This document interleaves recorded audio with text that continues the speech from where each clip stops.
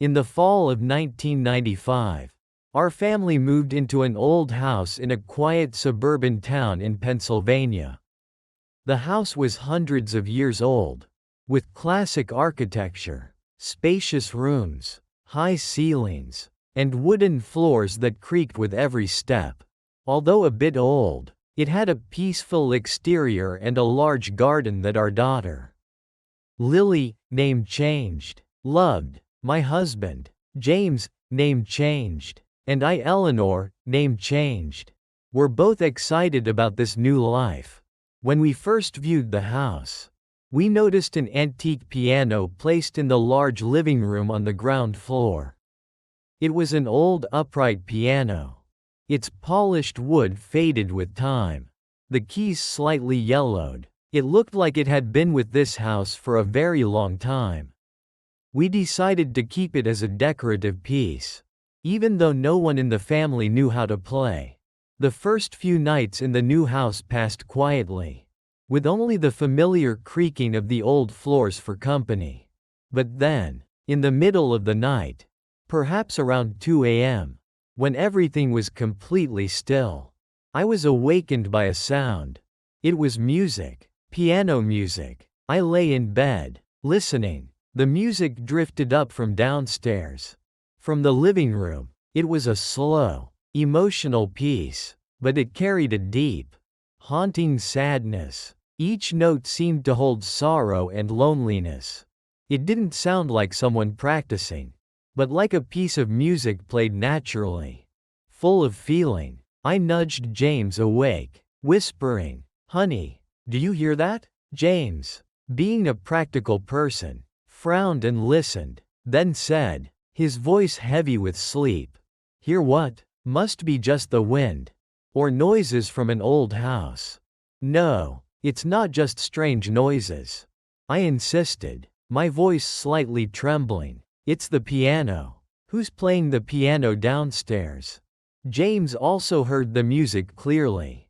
His expression shifted from sleepy to surprised, then slightly puzzled. He sat up in bed, listening to the music that continued to play. Who could possibly be downstairs playing the piano at this hour? The doors were locked, and we were the only ones in the house. We got out of bed, tiptoeing towards the stairs. The music grew louder. That sad, haunting melody echoed through the quiet space of the house. As we reached the bottom of the stairs and looked towards the living room, the music abruptly stopped. The room was pitch black. Only the moonlight shining through the window created faint shadows. The piano stood silent in the corner. No one touching it. We turned on the lights, checked all over the living room, and the entire ground floor. But there was no sign of anyone. No windows were open. No doors were tampered with. The piano was still closed. No keys pressed down. We looked at each other, our faces filled with shock and confusion. James still tried to rationalize. Perhaps it was due to humidity, or temperature causing the strings to contract and make sounds. But I knew that piano sound wasn't random noise. It was music. The piano playing itself in the middle of the night wasn't a one-time event. It happened again the next night, and the next, always around the same time. In the dead of night, around 2 to 3 a.m. The music was always the same kind, sad, haunting, sometimes the same melody fragment repeating, sometimes different but equally melancholic pieces. We tried to explain it to ourselves, to our daughter. James told Lily maybe the old house had magic, and the piano played by itself. But Lily, being a sensitive child, seemed more scared than amused. She said the music made her sad. More strange signs began to appear, seemingly connected to the piano and the living room.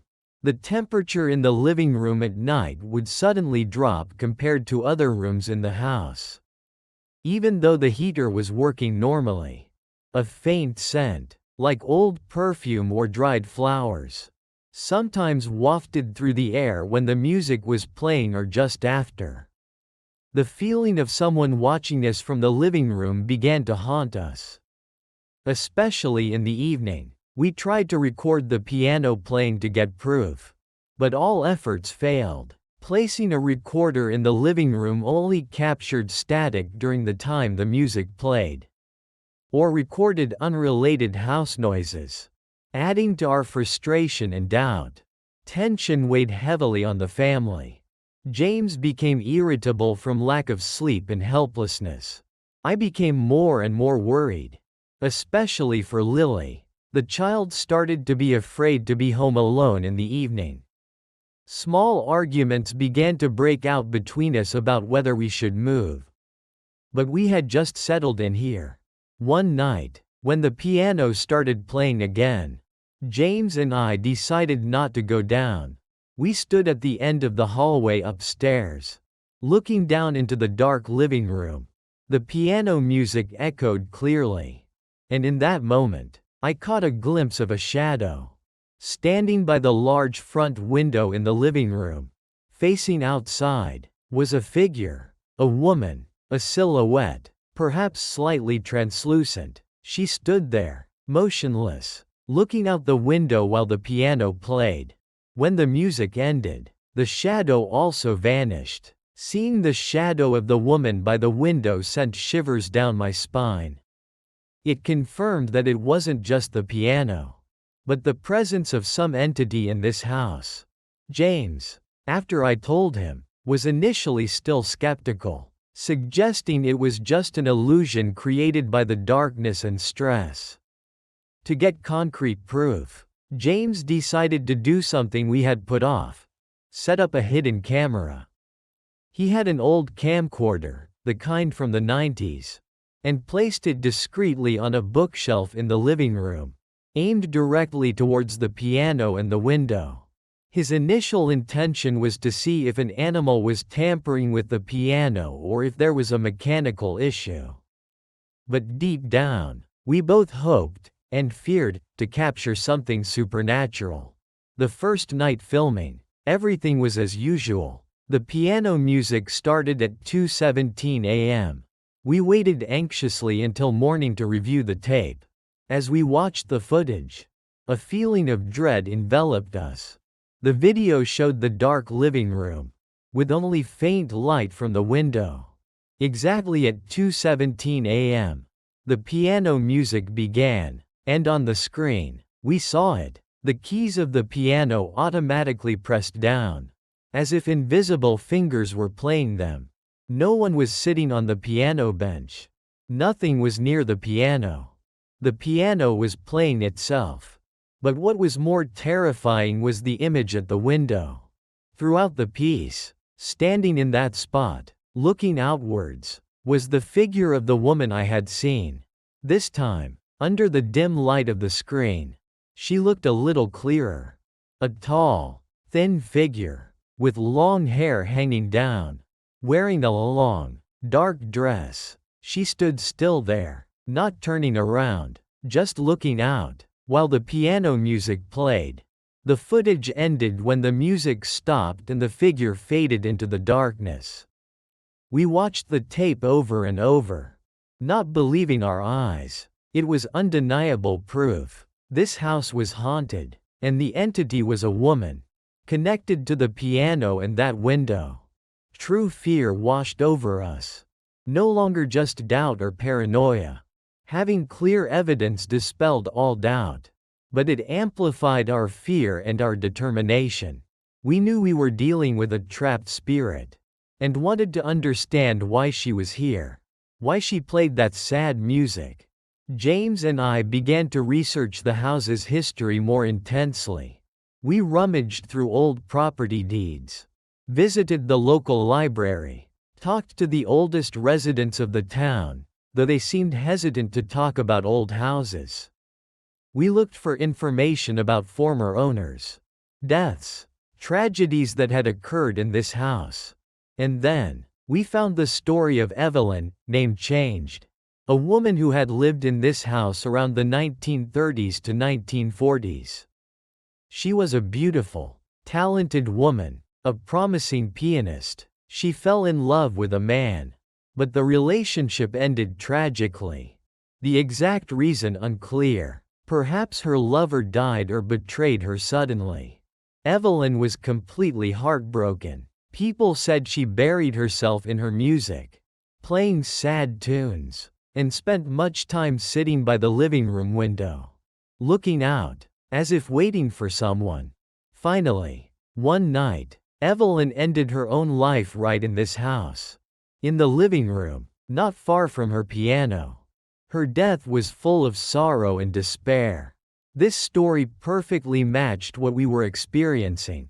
Evelyn's spirit was trapped in the house, bound by sorrow, despair, and perhaps eternal waiting. She was playing the music of her broken heart, forever trapped, perhaps reliving her sorrow or waiting for the one who never returned. As we learned about Evelyn, the disturbances in the house became more intense.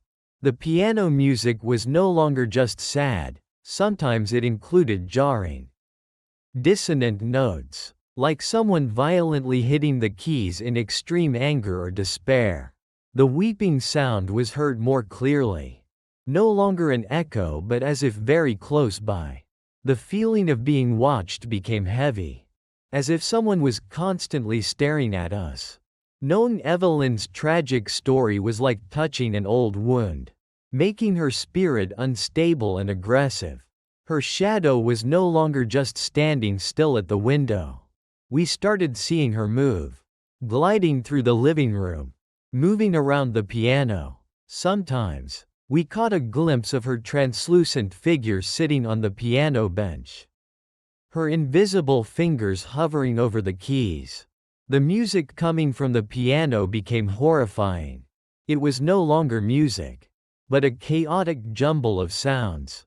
The violent banging on the keys, the snapping of piano strings, even though the piano wasn't physically damaged. The guttural growls mixed with choked sobs, all blending into a symphony of pain and rage. The coldness in the living room became extreme, like standing in the middle of winter. Objects in the room were knocked over. Paintings on the walls were crooked. The lights in the room flickered constantly then went out. One night, when that chaotic music started playing, James and I were upstairs. Lily suddenly screamed from her room. We rushed in, and found the child standing by the window, looking out, her face utterly terrified. Lily pointed to the window and said, her voice trembling, "Mommy, she's looking at me." We looked out the window, and in the darkness, we saw Evelyn. She was no longer just a shadow. Under the faint light from the street lamp, we saw a pale face, deep-set eyes filled with sorrow, long, disheveled hair. She was standing right outside Lily's bedroom window, her face pressed against the glass, staring straight at the child. Her face was contorted with sadness and rage, and her lips seemed to be muttering something. James rushed to pull the curtains shut, but at that moment, a loud crash came from the living room. The piano emitted a horrifying roar, and violent banging sounds as if someone was smashing the piano. We knew Evelyn's spirit had completely lost control, and her rage was aimed at us, especially at our daughter. She didn't want to be forgotten. She didn't want to suffer alone. And perhaps, she saw in Lily the vitality, the happiness she had lost, and couldn't bear it. We didn't dare stay in that house for another minute after that horrifying night. We ran out of the house, drove far away, taking nothing with us but the clothes on our backs and absolute terror. Lily was deeply shocked. The child didn't speak for many days. We never returned to that old house in Pennsylvania. We left everything behind, including the antique piano that still stood in the living room. The story of Evelyn, the midnight piano, the woman at the window, became an indelible haunting in our lives. It took Lily a long time to overcome her fear. The child was afraid to sleep alone, afraid of the dark, and afraid of piano music. Every time she heard a piano playing somewhere, she would flinch and talk about her. Even though we moved away, we knew that Evelyn's spirit was still trapped in that old house. She is still there, bound by her tragedy, and perhaps still playing the sad music of her life in the middle of the night. Her shadow still stands at the window, looking out, waiting for something that will perhaps never come. Evelyn's story is not just a legend or a rumor. To us, it is a horrifying truth that we witnessed, that we captured on tape. Even if only partially, that house is not just an old building. It is a vessel for past tragedies, a living monument to a broken soul. This story is true. It is what our family experienced. It taught us that some pain and despair are so deep that they can cross the boundary between life and death, and haunt this world with their tragic presence. If the story of the midnight piano and the woman at the window sent shivers down your spine, if you believe in true horror, souls trapped by tragedy, and houses holding sorrowful secrets, don't forget to subscribe to the channel for the next videos. There are many other horrifying secrets waiting to be uncovered.